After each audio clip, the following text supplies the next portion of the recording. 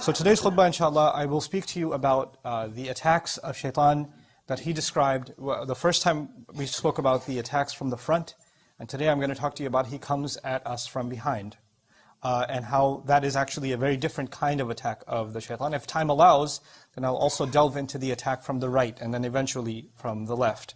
So what I want to speak to you about, as far as what's behind us, the most immediate imagery of what's behind us is actually our history.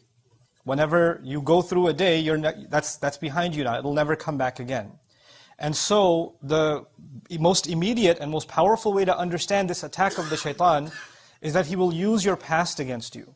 He'll use what you've gone through in life, the experiences you've had, the things that you've lived through, and he will manipulate those experiences. Because in some sense, in some psychological sense also, we are the sum of our experiences. Every experience you and I go through affects us in some way. It impacts the way we think, it impacts our emotions, maybe it even affects our future decisions. Somebody who gets into a car accident, the way they drive changes. The same way when somebody gets, has a bad relationship with a friend or something, falling out with a friend, the way they interact with them afterwards changes. So experiences affect the way we make future decisions. Now shaitan, his job is to try to mess us up in some way, get us off the straight track. So I'll highlight some of the ways he uses our past against us, and we think these are thoughts that are happening inside of our own heads, while it's actually the shaitan. And that's one of his great successes, is you think that these are your own thoughts. But these are wasawis. These are just whispers of the devil where he's trying to make you fall back into something that you may have fallen into before. One of the ways that he does that is that maybe, for example, you used to be a better person. Maybe you used to be more diligent with your prayers. Maybe you were more observing of, if Allah forbade something, you stayed away from it. And if Allah said this is allowed, and that's the only thing, you were content with that. And you didn't fall into Allah's disobedience. And you were good. You could look back and you say you were good. And some people are like that. They look back and they say, you know what? There was a time I was a much better person. I'm disappointed with myself now. I remember the time when I used to stand in prayer and I used to cry. I don't know the last time I've shed a tear.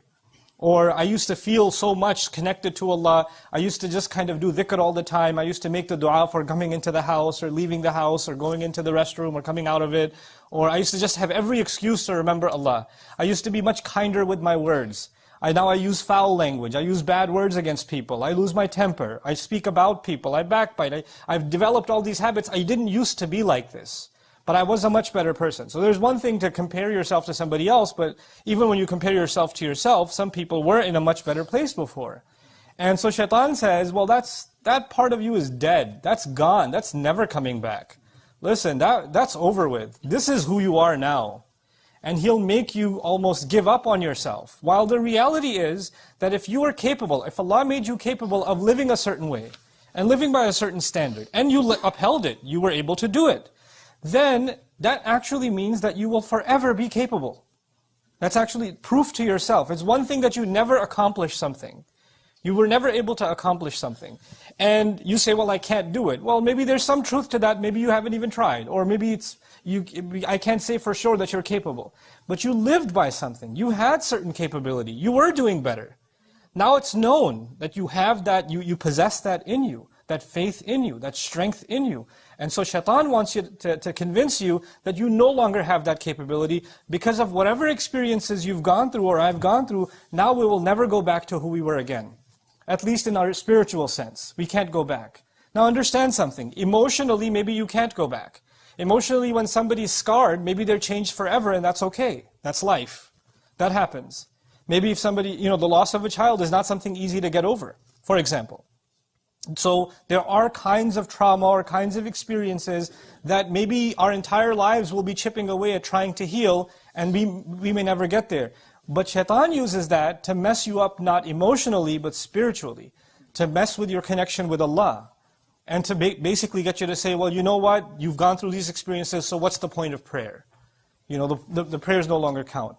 And so that's one kind of attack the shaitan uses against you and me, is to make you lament, make you think back with regret about better days that are never going to come back for you.